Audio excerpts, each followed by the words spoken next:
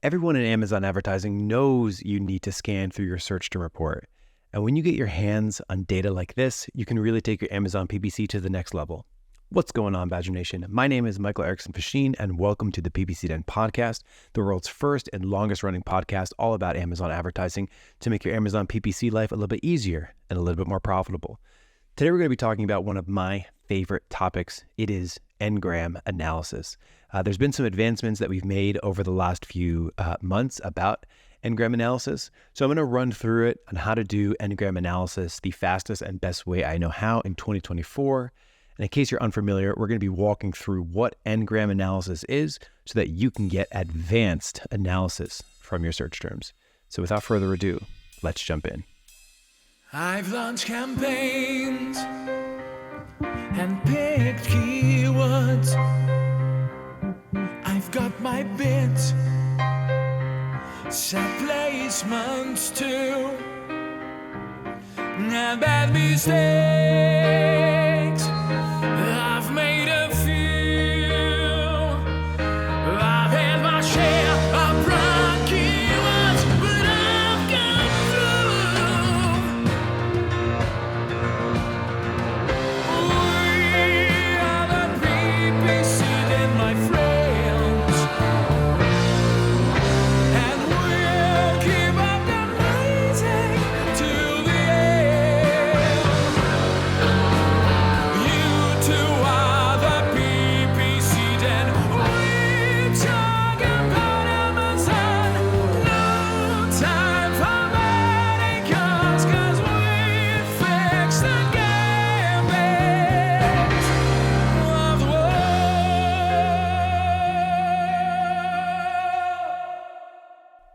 So as you know, I've been talking about Ngrams for over 5 years now here at AdBadger and on the PPC Den podcast. And there's 6 advancements that I've made over my previous work on Ngram analysis. You know, Ngram analysis continues to be one of the most popular and magnetic topics that I seem to talk about. I recently gave a presentation to the e-commerce community, core community, and people seem to really enjoy it. So we're going to be going over how to manage, navigate this in 2024. Now, let's say you're unfamiliar with Ngram analysis. I'm going to walk you through it really quickly. So for sponsored products, sponsored brands, and basically any kind of search advertising, you have the keywords that you bid on, and then you have the search terms that the people actually search to trigger your ads. So that list of search terms isn't always exactly the same as the keywords. So for example, I can do broad match keyword Badger gear, and I might appear for Badger blanket. And Badger blanket would be the search term, and Badger gear would be the keyword. So search term analysis, actually seeing what triggered your ads, what actually got clicks on your ads, is an incredibly important process. So if we use the example of running shoes, I can have running shoes as my target, my keyword, and then I can have the search term running shoes for men or men's running shoes actually trigger my ads. And this is of course really important because maybe I'm selling women's shoes, I'm bidding on running shoes, and I appear for men's running shoes, and I don't sell men's running shoes. I would want to find words like that and block them from my account, turn them into negative keywords. Now, what's really important to do is to download your search report and basically run a filter where you look at your orders equals 0 and then everything else with 1 order or more. And generally when you do this, you find out that you spend too much on things with no orders, and you spend not enough on your search terms with orders. This is just basic spread. We don't have 100% conversion rates. So therefore we're going to end up with a lot of clicks, a lot of search terms that don't actually give us sales. Now this is from a real account. Over a 30-day window. This is a big, beefy account. Many of us would love metrics like this once you look at the overall ACoS. But when you dig in, this account spends about $15,000 a month, and it generates about $61,000 a month. So it actually has a good overall ACoS. But then when you dig in and you look at the spend distribution of things with no orders versus things with orders, you end up realizing like, hey, wait a second, I spent $10,000 on things that did not convert. So this is a real account. They spent $9,900 on search terms with 0 orders, but things with orders, they spent only $4,000, and those $4,000 generated $61,000 of revenue. So they generated a lot of revenue from the things that have orders, but they ended up wasting a lot of spend on search terms that did not convert. So you should download your search term report. We have lots of content talking about where to find that and how to download your search term report. And you want to do this for sponsored products and sponsored brands. But what's the classic advice to do is, you want to save some money on your search term report. You want to prevent wasted ad spend, all of those good things. So why don't you just go into your search term report and download it and then negate everything with over 20 spend and no orders? That's the advice, right? And you should do this, except a big issue. Most search terms only have 1 to 2 clicks. That's just the truth of it. So again, I might see running shoes for men. I got 1 click, no sales. Men's running shoes, 2 clicks, no sales. Down press ringer only, 1 click, no sales. Hand close ringer, 1 click, no sales. Hand crank laundry ringer, 4 clicks, no sales. So all of these are like onesie twosies. I'm spending 90 cents. I'm spending 60 cents. I'm spending 47 cents. I'm spending almost nothing. But don't forget, this added up to $9,000 of things with no sales.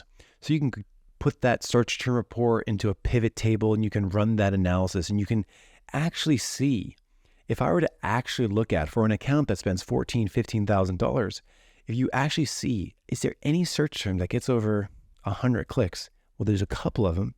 Well, there's 1, 2, 3, 4, 5, 6, 7, 8, 9, 10, 11, 12, 13, 14, 15. There's about maybe, let's just say 20 search terms that actually get over 100 clicks. The rest of it is all of these tiny ones and twosy search terms where individually you can't really make a decision on a search term that gets 1 click. That's really difficult. So in fact, if I were to look into this account, how many search terms get 5 clicks or less? It was 6,293. That's 94% of the total search terms are getting 1 to 5 clicks. And then only 5% of the search terms are getting over 5 clicks.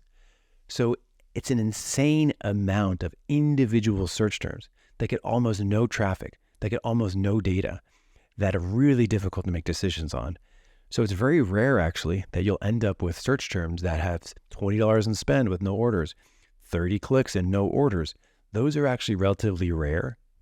What's way more common are search terms that get 1 click, 2 click, 3 click, no sales. And you end up with thousands of them. So with this particular account, there was $9,900 of spend with 0 orders. All of these things have very, very few clicks, 1 click, 2 click, and they're kind of relevant. And like, what do you do with this information? Well, you begin to find trends. You begin to see that this search term and this other search term, which each have only 1 click, have a common word in both of them. So up on the screen, I have hand crank laundry wringer and laundry squeeze wringer. Both of these have the word laundry, and I can get thinking. They both also have the word wringer. I could start thinking, what's the performance of all of my search terms with the word laundry in it? And then I can run an analysis, and maybe I might find that everywhere where the search term includes the word laundry, maybe all of those search terms I end up spending $50 to spend without an order. So I can just get rid of every search term with the word laundry in it and be way better for it. This kind of analysis is known as N-gram analysis. N-gram analysis. It's an N-gram. N-gram analysis is a thing that exists outside of the world of Amazon PPC. But since we're analyzing a list of words and performance around those words, we can use N-gram analysis to zero in and better understand our search terms. So the N, to take you back to math class, is the variable. So it's 1 gram. That's a 1-word trend, like laundry in that last example. 2 gram, 3 gram, 4 gram, we can go all the way up to 5 gram. So what we can begin to do is we can take our search term report and we can begin to break it out. So we could say running shoes for men, we can turn it into running, and then separately shoes for men. And we can sort of break this out. Now, years ago, I created a spreadsheet. I share it with everyone. It's one of the most popular spreadsheet tools that we've released. I highly suggest you go get it, play with it. It's awesome. It's fantastic. And what it does is it basically does that for you. It lists everything out for you. So, gym, bucket, width, dispenser. It broke all of these things out into individual terms. And then I can see the pooled data. Every search term with the word gym in it, what was the performance? Every search term with the word bucket, what was the performance? Every search term with the word dispenser, what was the performance? And it really allows me to dig in and find search terms that perform really well and search terms that do not perform well. So for example, it's going to allow me to find new negative keywords. In this example, I did an n-gram analysis, a 1 gram analysis. And what you see here is the word metal. Everywhere where the word metal is, maybe it appeared like one time, metal dispenser, 1 click, metal barbecue, 1 click, almost nothing. But then what this allows me to do is it allows me to find every single search term with the word metal in it, and boom, tell me that I got 146 clicks for all of them. I spent $140 on all of them, and it was at a 320% ACOS. So I can go in there and take action. And this is one of my favorite ways to analyze search terms. In fact, I would say your search term analysis is incomplete if you do not do this. There were 97 search terms with the word metal in it. And this is actually a real example. Somebody was searching metal Gatorade dispenser. Okay, maybe people are out there drinking their Gatorade on a hot summer day out of a metal dispenser. But either way, that got searched one time. I spent 43 cents on it, and I ended up spending a bunch of money on things with the word metal in it, just these onesie twosie clicks. But when I combine that, I end up with 140 spend, 320% ACOS. I can just negate every term with the word metal in it. And this was a really interesting example.